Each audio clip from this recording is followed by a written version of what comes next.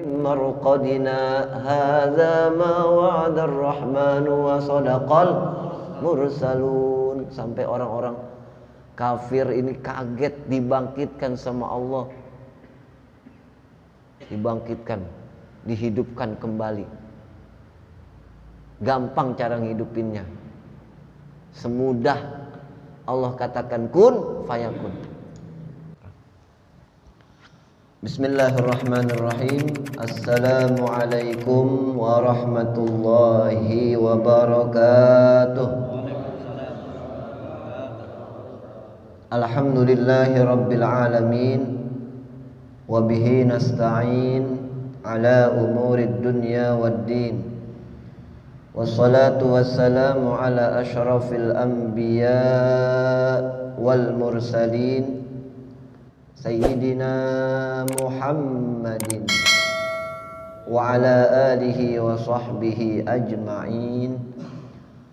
Amma ba'du, qalu subhanaka la ilma lana illa ma 'allamtana innaka antal alimul hakim. Wa la hawla wa la quwwata illa billahil aliyyil azim. Rabbi shrah li sadri wa yassir li amri wahlul 'uqdatam min lisani yafqahu qawli wahdi qalbi wa saddiq lisani bihaqqi sayyidina Muhammadin sallallahu alaihi wasallam.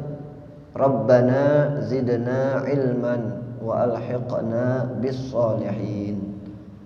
Amin amin ya rabbal alamin. Hadirin jamaah pengajian silaturahim malam Rabu Masjid Jami Al-Husna yang dimuliakan Allah Subhanahu wa taala, bil khusus para asatidz yang mulia yang terhormat Ustaz Ferry Sandria, Ustaz Adi, pimpinan majelis, orang tua kita Bapak Haji Arju, Bapak Haji Said, Bapak Haji Rakib, Bapak Haji Ayub, seluruh jamaah yang hadir, mudah-mudahan rahmat berkah diberikan kepada kita semua, amin ya rabbal alamin. Puji dan syukur kehadirat Allah Subhanahu wa taala atas berbagai macam nikmat, karunia, taufik hidayah, ridha inayah, nikmat sehat wal afiat, nikmat panjang umur dalam taat ibadah. Mudah-mudahan malam hari ini kumpul hadir silaturahmi kita dicatat pahala besar oleh Allah Subhanahu wa taala. Bacaan zikir, tahlil, tahmid yang kita kirimkan pahalanya khusus untuk orang-orang tua kita, kakek dan nenek kita, orang-orang tercinta yang telah berpulang ke rahmatullah. Mudah-mudahan kubur-kubur mereka dijadikan taman dari taman surganya Allah Subhanahu wa taala.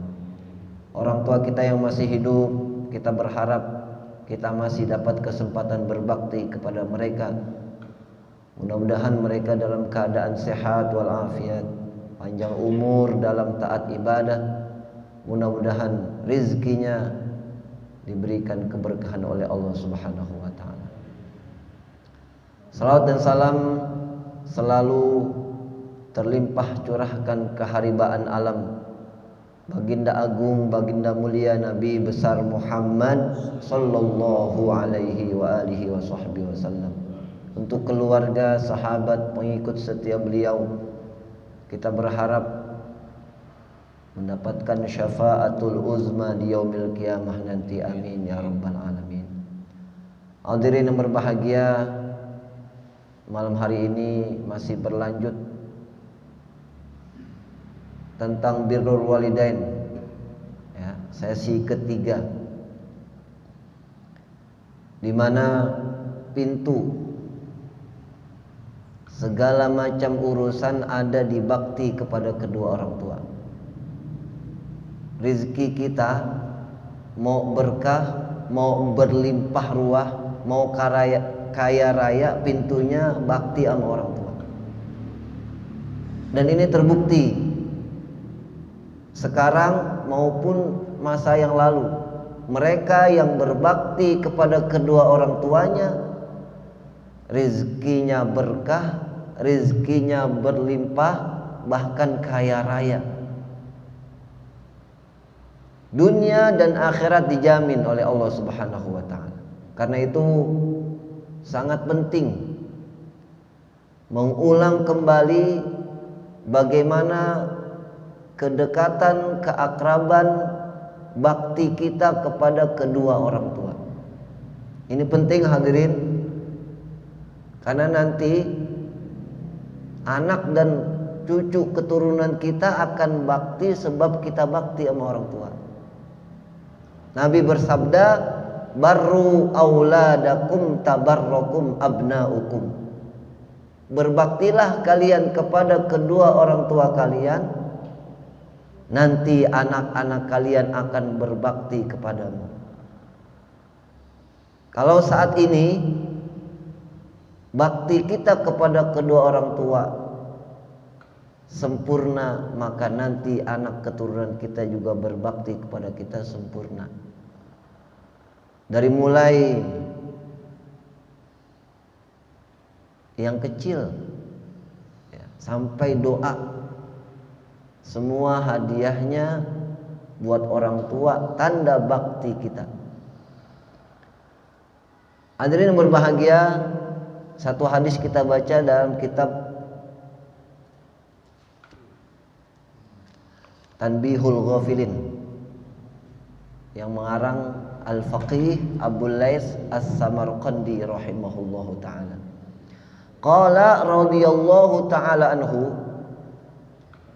berkata Al-Faqih Abul Lais As-Samarqandi radhiyallahu anhu, semoga Allah meridhoinya, haddatsana Abul Qasim, haddatsana Faris, haddatsana Muhammad bin Fadl, haddatsana Ubaidillah bin Musa an Sufyan an Ibnu Jurayj an Atha qala. Atha berkata, sahabat Atha berkata, qala Musa alaihi salatu wassalam, Nabi Allah Musa alaihi salatu wassalam berkata, ya Rabbi ausini. Nabi Musa ini seorang nabi yang mendapat gelar Kalimullah, nabi yang dapat berkomunikasi dengan Allah, meskipun dinding aling-alingnya hijabnya itu 70 hijab yang menghalangi antara Nabi Allah Musa dengan Allah. Jadi ada hijabnya. Beda dengan Nabi kita Muhammad sallallahu alaihi wa alihi wasallam. Langsung di hadapan Allah duduk tasyahud, bila sitrin wala hijabin, tanpa dinding, tanpa aling-aling, langsung. Itulah kemuliaan Nabi kita Muhammad sallallahu alaihi wasallam. Hadirin, Nabi kita ini belum dihadirkan sama Allah, belum lahir jasadnya, tapi nur cahayanya tercipta bahkan sebelum alam ini tercipta. Bahkan Allah tidak ciptakan alam sebelum nurnya Nabi Muhammad tercipta. Jadi adanya alam semesta dengan segala macam isinya itu berkat nur cahayanya Nabi Muhammad sallallahu alaihi wasallam. Cahayanya ya. Karena semua ini diliputi oleh cahayanya Allah. Semua diliputi oleh cahayanya Allah. Dan siapapun makhluk akan hancur kena cahayanya Allah kalau tidak ada cahayanya Nabi Muhammad sallallahu alaihi wasallam. Enggak akan mampu, enggak akan kuat. Ini terbukti ketika perjalanan Nabi Isra dan Mi'raj didampingi oleh malaikat Jibril. itu ketika mau menghadap Allah melewati alam malaikat, masuk alam ilahiyat, itu malaikat Jibril nggak mampu. Kenapa? Hancur cahayanya. Dan siapapun makhluk. Karena itu perintah sholawat ini harus kita jalankan. Tadi tuh dibaca tuh, innallaha wa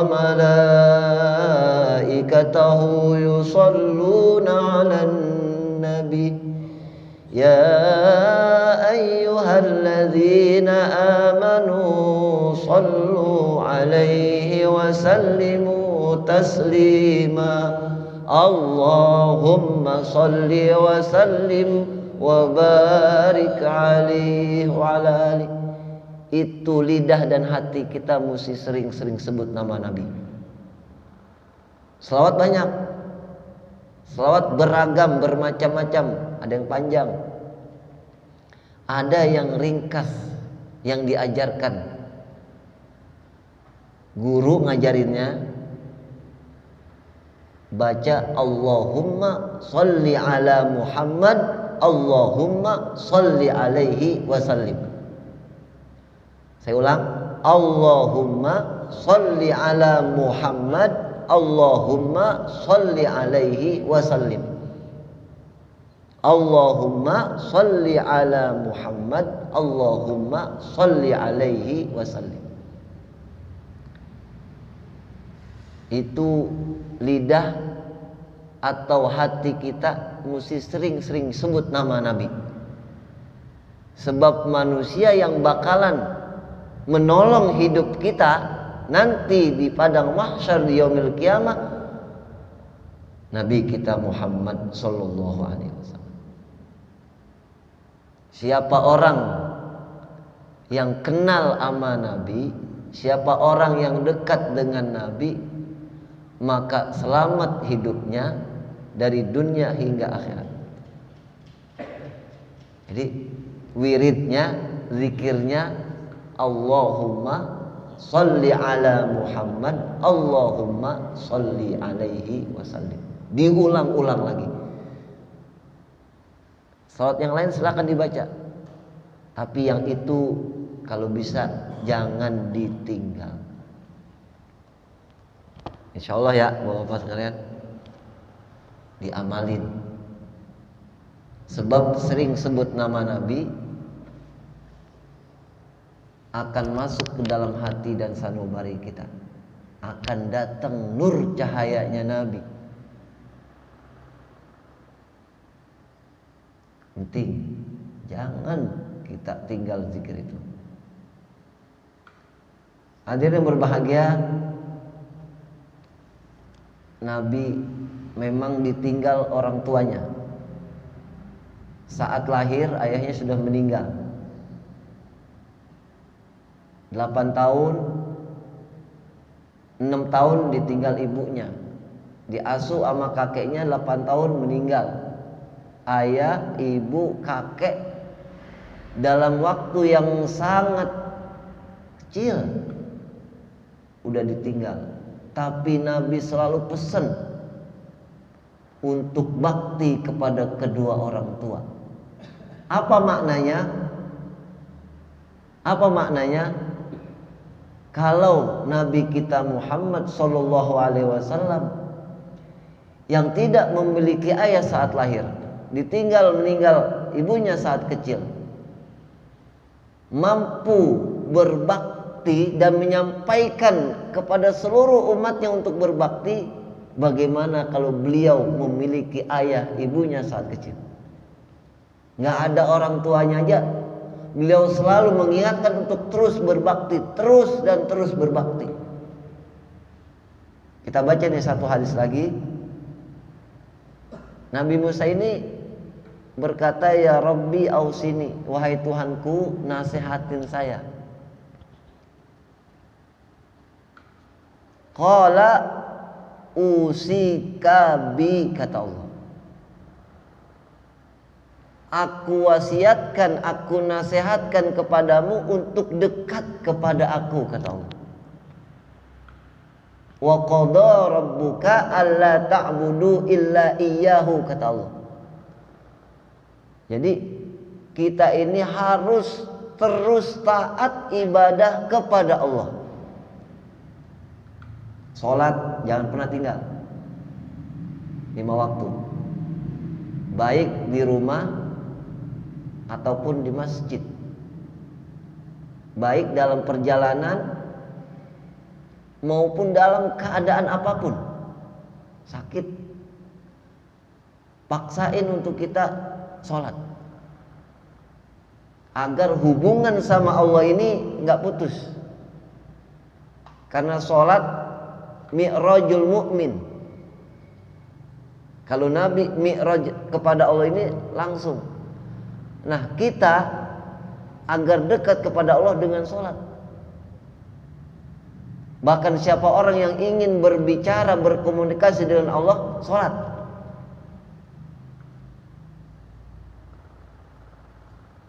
Guru katakan, Al-Imam Ghazali, Hujjatul Islam, beliau ini 24 jam sholat.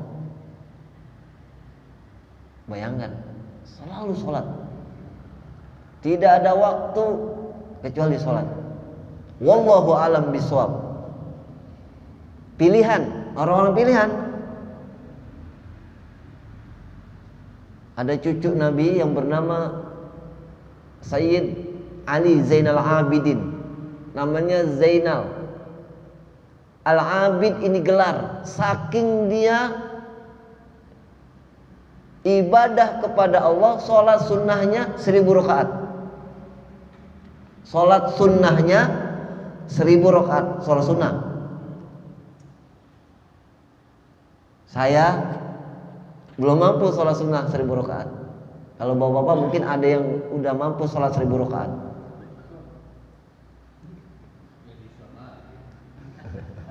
Oh iya, dia maghrib aja bisa 8 rakaat. Amin ya rabbal alamin. Jadi sholat sunnah boleh banyak.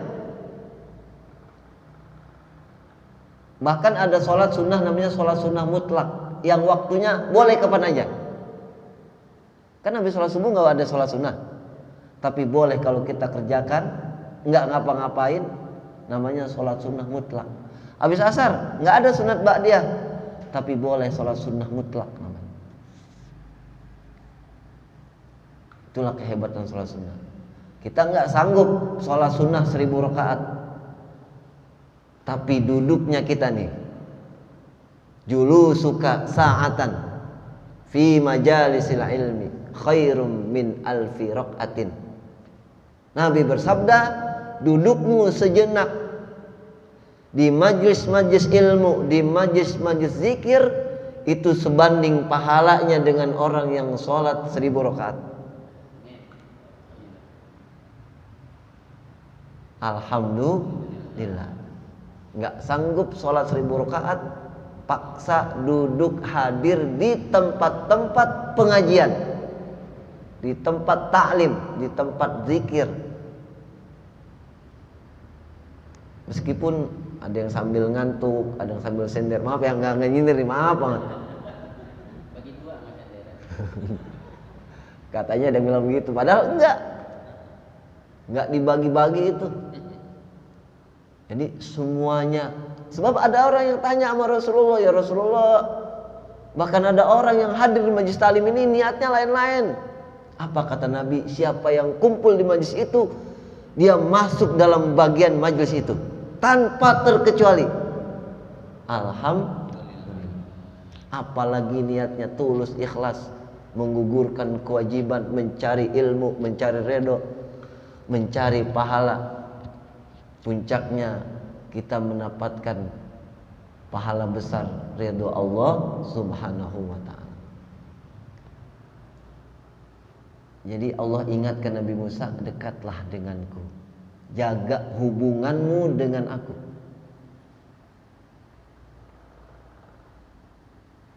Nabi Musa ini nabinya unik, galak. Saking galaknya, dalam sejarah tercatat dan sering disampaikan, bahkan guru juga menyampaikan, Nabi Musa pernah Didatangi malaikat Israel untuk minta izin dicabut nyawanya, nolak. Belum mau meninggal, belum mau mati. Kata malaikat Israel, ini perintah dari Allah, waktu ajalmu habis. Aku bilang aku belum mau, aku masih mau hidup. Perpanjang lah. Minta diperpanjang nggak bisa. Kalau PPKM bisa 100 level ntar. Itu saking emosinya Nabi Musa, dipaksa dicabut nyawanya. Ini guru katakan digampar malaikat Israel sampai matanya malaikat itu mau keluar. Ngadu sama Allah. Kata Allah, udah biarin aja. Lalu nggak mati dia. Hah? Mati. Ntar juga waktunya mati. Suruh tempelin tangannya di kerbau yang ada bulunya, ya kan? Terus copotin. Kan kerbau berbulu. Kan banyak tuh yang nempel. Itulah jatahnya tuh, sisa jatahnya. Nabi Musa liatin. Sama aja sebenarnya. Mau sekarang, mau ntar mati juga. Akhirnya ya udah pasrah dia. Akhirnya minta diwafatkan, dimatikan saat itu juga. Itu Nabi Musa alaihissalam. Makanya pernah Nabi Musa ini mukul orang Bani Israel, mati langsung. Nah, kekuatan Nabi Musa ini sungguh luar biasa. Salah satu ulul azmi minar rasul. Nabi pilihan dari 24.000 nabi, disaring 25 nabi, disaring jadi 5 nabi, salah satunya Nabi Musa alaihissalam. Pertama Nabi Allah Nuh, kedua Nabi Allah Ibrahim, ketiga Nabi Allah Musa, keempat Nabi Allah Isa, kelima Nabi kita Muhammad sallallahu alaihi wasallam. Allah nasihatin, jaga hubunganmu denganku, kata Allah. Ini nasihat buat kita juga, karena sampai nasihat ini sama kita. 5 waktu jangan tinggal, puasa Ramadan jangan tinggal, punya harta sedekahin, zakat tunaikan, ada rizki, ada waktu, aman, berangkat haji. Insya Allah. Qala ausini, kata Nabi Musa, nasihatin lagi ya Allah. Qala usika bi ummika, aku wasiatkan, aku nasihatkan kepadamu, jaga hubungan baikmu dengan ibumu, bakti kepada ibumu, kata Allah. Qala ausini, kata Nabi Musa, nasihatin lagi, masih kurang. Qala usika bi ummika,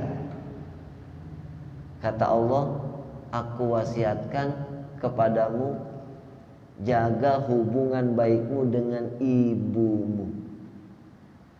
2 kali Allah wasiatkan kepada Nabi Musa untuk jaga hubungan dengan ibu. Ini nasihat berat ya.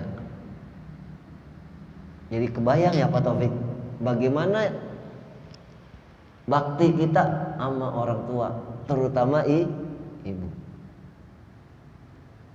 Qala ausini, Nabi Musa berkata lagi, nasihatin lagi ya Allah diriku. Qala usika bi abika, aku wasiatkan, aku nasihatkan kepadamu untuk jaga hubungan baikmu dengan ayahmu. Jadi jaga hubungan baik, terutama kepada ibu, dan jaga hubungan baik kepada bapak. Beruntung masih ada orang tua. Ini sebenarnya Wah, udah setengah 9. Amalin aja ya. Saya beberapa hari yang lalu mungkin ada semingguan itu dapat amalan dan suruh amalin. Pesannya jangan sampai tinggal. Baca Rabbighfirli wali walidayya warhamhuma kama rabbayani shaghira. Ini ada nasihat dalam Al-Qur'an. Pasti hafal ya.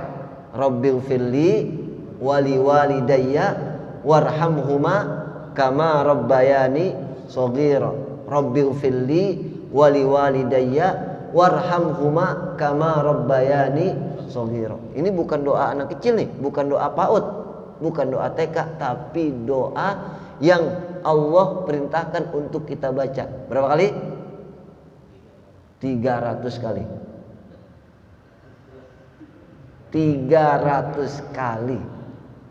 Itu kalau kita hitung paling juga enggak lebih dari 15 menit atau 20 menit.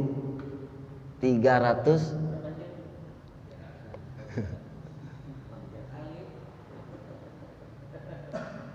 berat apa ringan? Ntar kalau enak, kalau udah nyaman, kalau nggak baca rasanya ada yang kurang. Perasaan kayak punya utang. 300 kali. Rabbighfirli wali walidayya warhamhuma kama rabbayani. Niat amalin ya Pak. Insyaallah. Terserah. Bebas. Yang penting 300 kali. Dicicil. Saya minta orang. Rabbighfirli. Ya. Tapi jangan lupa tuh 300. Yang paling enak sih duduk, udah dalam keadaan berwudu, ya kan? Jadi baca Rabbighfirli wali walidayya warhamhuma kama rabbayani shaghira. Kalau kemarin pengen ketemu orang tua, udah dikasih amalannya tuh, udah ada di YouTube, tinggal buka aja. Bacaannya ada, zikirannya ada. Tinggal mau amalin apa enggak. Kalau diamalin belum juga ketemu, berhusnuzon mungkin orang tua kita masih ada sangkut paut urusan sama Allah. Jadi masih ada sangkut paut urusan sama Allah. Kita yang masih hidup anaknya, yang Nabi katakan idza mata ibnu adama in qata'a amaluhu illa min salasin shadaqatin jariyatin aw waladin salihin yad'ulah aw ilmin yuntafa'u bi. Ada kesempatan untuk menyelamatkan orang tua kita. Jadi kita ini nyelamatin orang tua yang saat dikubur mungkin punya urusan sangkut paut, yang akhirnya masih penjara, belum bebas, belum bisa ketemu kita. Udah ada kan itu tadi di YouTube itunya, caranya. Berarti orang tua kita belum bebas. Terus baca itu lagi, terus amalin lagi, sampai pada waktunya nanti ketemu sama orang tua. Nanti jangan kaget kalau ketemu orang tua, ya. Lihat keadaannya. Kalau dia baik-baik saja, maka alhamdulillah. Kalau dia nggak baik, bikin lagi. Bisa jadi orang tua kita ini belum punya rumah di sana. Semalam ada orang tanya, Ustaz Adin, ente percaya nggak sama siksa kubur? Percaya nggak sama siksa kubur? Saya bilang percaya. Karena al-kubru imma hufrah au imma raudhah. Kubur ada yang mendapatkan taman surga, berarti nikmat. Ada kubur yang menjadi hufrah, jurang min hufarinar, berarti siksa.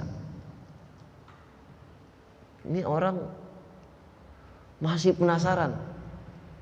Dia nanya lagi, kalau ada orang disiksa di kubur, mungkinkah dia disiksa lagi di neraka? Saya bilang bisa jadi. Di kubur itu kan pos pertama, Al-qabru awwalu manzilin min manazilil akhirah. Kubur itu pos pertama dari pos akhirat. Karena posnya banyak. Ada alam barzah namanya kubur. Kemudian ada padang mahsyar. Tempat nanti orang dibangkitkan. Marqadina hadza ma wa'adar rahmanu wa sadaqal mursalun. Sampai orang-orang kafir ini kaget dibangkitkan sama Allah. Dibangkitkan, dihidupkan kembali. Gampang cara ngidupinnya. Semudah Allah katakan kun fayakun. Jadi perjalanan masih panjang. Ntar ada namanya mizan, timbangan amal. Berat mana amal kebaikan dengan amal keburukan. Habis itu berjembat di sirat. Bawahnya jahanam, ada malaikat yang bawa kalalit. Dia nanya lagi, itu orang kesian amat. Udah dikubur disiksa, di neraka disiksa. Apakah Allah adil? Adil. Saya bilang adil. Kesian itu orang, kagak ada enak-enaknya. Kenapa dia bisa disiksa? Ini Quran yang bilang. Emang enggak datang utusan nabi, ulama, kiai, ustadz yang ngingetin? Makanya alhamdulillah kita hadir ini, kita diingetin. Kita berharap nanti kalaupun dapat siksaan enggak berat, enggak lama. Ternyata bukan dikubur aja disiksa. DP pertamanya itu sakaratul maut. Jadi siksa pertama itu ketika ruh sama jasad misah. Bapak hadirin sekalian, yang bikin kita bisa bicara, tangan kita bergerak, kaki kita bisa melangkah, mata bisa ngelihat, hidung bisa mencium, kuping bisa dengar, rasa ada karena ada ruhnya. Satu ketika Allah pisahin ruh dengan jasad. Ruh dengan jasad misah. Kaki aja nih kepladuk atau kaki keseleo, cantengan, sakitnya kayak apa tuh? Kejepit pintu aja, masya Allah sakit. Kita kan kadang-kadang nggak sengaja nutup pintu mobil, tangan kita nyangkut di ujung, masya Allah. Bagaimana bayangin kalau nanti dilepas ruhnya? Makanya gambaran Nabi bagaikan kambing yang hidup-hidup dikelet kulitnya, atau dicacak-cacak dengan pedang, atau sutra yang ditempel di pohon berduri ditarik. Tapi Nabi pernah merasakan sakaratul maut. Nabi bilang, begini rasa sakitnya wahai malaikat Israel, ini paling ringan ya Rasulullah, ini paling ringan. Kalau begitu aku tanggung sakit sakaratul umatku, biar aku yang ngerasain. Makanya alhamdulillah, kalau sering-sering sebut Nabi, maka nanti rasanya enggak seperti yang tadi tuh, kayak kambing dikulitin hidup-hidup, dicacak kayak pedang. Enggak itu. Tapi dia, kalau kata almarhum Pak Kiai Abdul Syafi'i, bagaikan air yang keluar dari teko, atau rambut yang nempel di adonan diangkat, enggak berasa, les. Ya, Mang Jene. Les. Baru tadi ngobrol sama Baba, ajan maam lewat orang tua. Bisa jadi ada akhlak Nabi yang dipakai, ada nama Nabi di dalam hatinya, akhirnya Nabi yang jemput, akhirnya para wali yang jemput, akhirnya orang-orang soleh. Makanya kalau baca Fatihah kan kita sebutin tuh, ila arwahi auliya illah. Wali Songo. Maka bisa jadi Pak, mereka-mereka yang aulia illah, ulama yang selalu kita sebut namanya, satu ketika ajal kita menjemput, dia yang jemput ruh kita. Alhamdulillah. Jadi Pak Srodi siap jadi panitia ziarah? Lah kok jadi ke situ ya? Siap. Insya Allah. Tapi jangan lupa ziarah sama orang tua dulu. Mumpung orang tua yang masih hidup, datengin rumahnya, lihat keadaannya. Kalau yang di alam kubur, datengin kuburannya. Di Padang. Kan nanti kita ke Syekh Burhanuddin. Kalau nggak sempet ke Syekh Burhanuddin di Padang, itu di Taman Duta ada namanya Masjid Syekh Burhanuddin. Mudah-mudahan sedikit ada manfaatnya. Allah berikan kita ilmu yang menyelamatkan dunia dan akhirat. Amin ya rabbal. Al-Fatihah.